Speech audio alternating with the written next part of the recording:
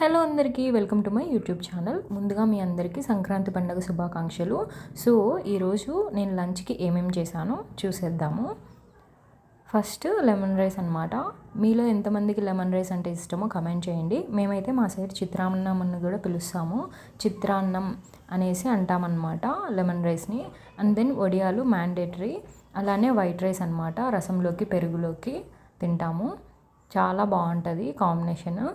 And then మెంతిపప్పు అనమాట. మీలో ఎంతమందికి మెంతిపప్పు అంటే ఇష్టమో కమెంట్ చేయండి. మేమైతే ఎర్రపప్పు అని కూడా పిలుస్తాము. మా రాయలసీమ సైడ్ మెంతిపప్పు చాలా ఇష్టంగా తింటారు. అండ్ దెన్ బ్రింజాల్ ఫ్రై, అదే అండి వంకాయ తాలింపు చేశాను. అలాగే రసం కూడా. రసం ఎంత టేస్టీగా కుదిరిందంటే అంత బాగుంది. కలర్ఫుల్గా మంచిగా స్మెల్ వస్తుందన్నమాట. చాలా బాగుంది రసము.